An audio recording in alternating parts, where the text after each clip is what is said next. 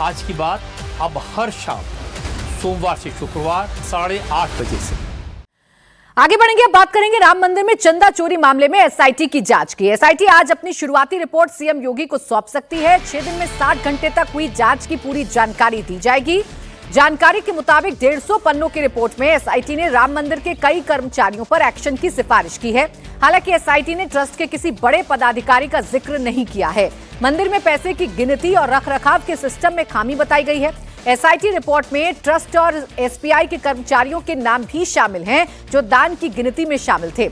सूत्रों के मुताबिक एसआईटी ने अपनी रिपोर्ट में बताया है कि दान पात्र में जो रुपया निकाला गया है उसे काउंटिंग सेंटर ले जाने, गिनती करने और रखने का सिस्टम ठीक नहीं है। मंदिर में सोने चांदी के जो जेवर चढ़ाए जाते थे उनका भी रखरखाव और गिनती ठीक नहीं है। रिपोर्ट में चढ़ावे की रकम को बैंक तक ले जाने के तरीके में खामी का जिक्र भी किया गया है।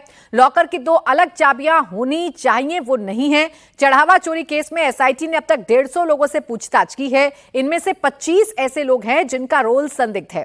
एसआईटी की सिफारिश पर इन लोगों के खिलाफ कार्रवाई की जा सकती है। इसके संकेत एसआईटी के आदेश में भी मिल रहे हैं।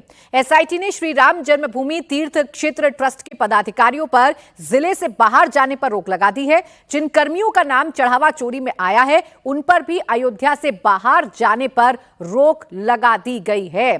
तो एसआईटी की ये जो रिपोर्ट है ये कितने लोगों पर गाज बनकर टूटेगी या कितने लोगों की मुश्किलें बढ़ेंगी, अब ये देखना दिलचस्प होगा। रुचि कुमार मेरी सहयोगी इस वक्त जुड़ गई हैं हमारे साथ ज्यादा जानकारी के साथ। रुचि, एसआईटी की रिपोर्ट आएगी उसके बाद ही कार्रवाई होगी ऐसा माना जा रहा था, ऐसा कहा जा रहा था। अब जब ये प्रारंभिक रिपोर्ट मुख्यमंत्री तक पहुंच रही है तो क्या माना जाए, जल्द ही गिरफ्तारियों का सिलसिला शुरू होगा? ये काफ़ी बड़ी रिपोर्ट ये होगी क्योंकि 60 घंटे तक जो एसआईटी है उसने राम मंदिर परिसर के अंदर पड़ताल की है। करीब 150 लोगों से पूछताछ की गई है जिसमें ट्रस्ट के कर्मचारी, ट्रस्ट के पदाधिकारी, बैंक के कर्मचारी, बैंक के कैशियर्स, बैंक के ऑफिसर्स और जो एक आउटसोर्स कंपनी थी जो अपने एम्प्लॉयज़ वहाँ लगाती थी जो कैश काउंटिंग का काम होता था।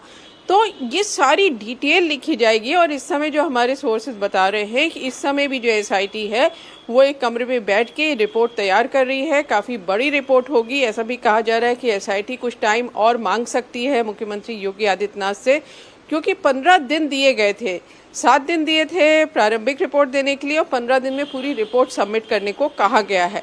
तो ये आसान काम नहीं है। अब किस तरह के अंदर सिस्टम है, उसमें क्या क्या खामियां हैं, कौन कौन लोग जिम्मेदार हैं, कहाँ गड़बड़ी होती थी, कुछ अंदाज़ा कि कितनी गड़बड़ी हुई। लेकिन ये कहा जा रहा है कि जो एसआईटी की रिपोर्ट आएगी उसमें जो नाम होंगे उस पर आधारित करके एफआईआर हो सकती है।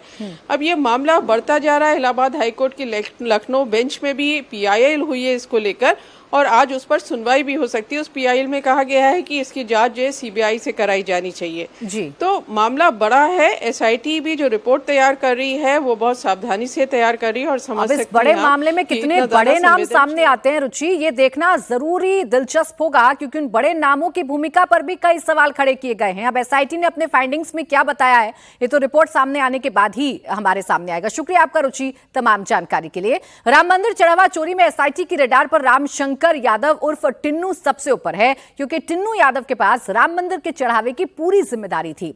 इस बीच मंदिर से जुड़े एक और शख्स का नाम सामने आया है। यह नाम है फूलकांत मिश्रा का। फूलकांत मिश्रा के पास राम मंदिर के आभूषणों की देखभाल और रखरखाव की जिम्मेदारी थी। फूलकांत मिश्रा कुछ साल पहले तक अयोध्या में एक छोटी सी दुकान में रत्न और नग बेचा करता था और लोगों का भविष्य बताता था। लेकिन आज उसके पास 4 बड़ी गाड़ियां हैं। अयोध्या के पौष इलाके में उसका अपना बंगला है। फूलकांत मिश्रा भी टिन्नू यादव की तरह ट्रस्ट के महासचिव चंपत राय का करीबी बताया जाता है। मंदिर में जहां ट्रस्ट की परमिशन के बिना कोई जा नहीं सकता था वहां फूलकांत की पहुंच थी। हालांकि फूलकांत के परिवार का दावा है कि उसका राम मंदिर मैनेजमेंट में कोई दखल नहीं है, जबकि जो खुलासा हुआ है उसके मुताबिक फूलकांत दान दक्षिणा मैनेजमेंट में शामिल था। राम जन्मभूमि ट्रस्ट का मुकदमा जो चलता है उसका केवल पैरवी करने जाता है कचहरी, हाई कोर्ट या सिविल कोर्ट। बाकी मंदिर के अंदर उसकी कोई जिम्मेदारी नहीं है, वो जाता भी नहीं है मंदिर के अंदर।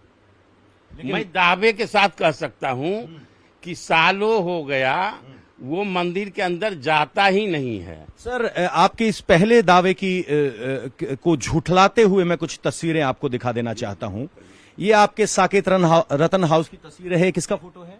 ये फूलकांत का है। फूलकांत का। अब देखिए, फूलकांत जी ने यहां पर उपराष्ट्रपति के साथ दिख रहे हैं मंदिर में। एक चीज बता दें, सुनिए, अगला देखिए, अभी हेमा मालिनी के साथ दिख रहे हैं। हाँ।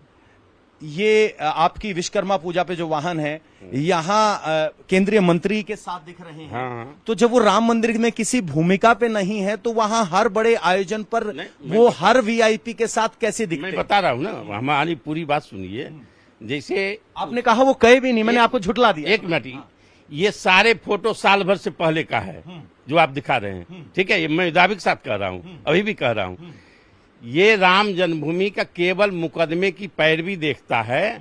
आज से जब मंदिर शुरुआत हुआ था तो केवल 1 महीने के लिए उसकी जो है चंपत जी ने वहां ड्यूटी लगाई थी। फूलकांत मिश्रा और टिन्नू यादव के अलावा एसआईटी की रडार पर मंदिर का एक और कर्मचारी सोमेश आनंद है। सोमेश आनंद इस वक्त राम मंदिर में यात्री सेवा केंद्र में तैनात है। सोमेश आनंद पर आरोप है कि चंदे के पैसे लेकर वो फरार है। हालांकि इंडिया टीवी से फोन पर बात करते हुए सोमेश आनंद ने दावा किया कि वो अयोध्या में ही मौजूद है। गोपाल राव से उसकी कोई रिश्तेदारी नहीं है। पहले सोमेश को गोपाल राव का भतीजा बताया जा रहा था। सोमेश आनंद ने कहा है कि वो एसआईटी जांच के बाद बोलेगा। एसआईटी जांच पूरी होने के बाद सामने भी आ जाएगा। राम मंदिर मामले पर समाजवादी पार्टी के अध्यक्ष अखिलेश यादव लगातार हमलावर हैं। पहले उन्होंने सोशल मीडिया पर सरकार और एसआईटी पर तंज किया। अखिलेश ने एसआईटी को सावधान करते हुए लिखा, एसआईटी ध्यान रखे कहीं जांच की रिपोर्ट ही चोरी ना हो जाए। फिर कहेंगे 15 दिन और इंतजार कर लो। दिन इसीलिए बढ़ा रहे हैं क्योंकि सबूत ठिकाने लगा रहे हैं। फिर अखिलेश यादव ने कैमरे पर योगी सरकार पर हमला बोला। अखिलेश ने कहा कि सरकार को मजबूरी में एसआईटी का गठन करना पड़ा, लेकिन इससे चढ़ावा चोरी का सच सामने नहीं आने वाला है। सरकार को मजबूरी में एसआईटी गठित करनी पड़ी। सवाल यह कि एसआईटी कौन करेगा? और सीसीटीवी के फुटेज गायब होना। सीसीटीवी के फुटेज गायब होने का मतलब है कि सीसी की सही जानकारी नहीं मिलेगी। सीसीटीवी के फुटेज न होने से सीसी की सही जानकारी नहीं मिलेगी।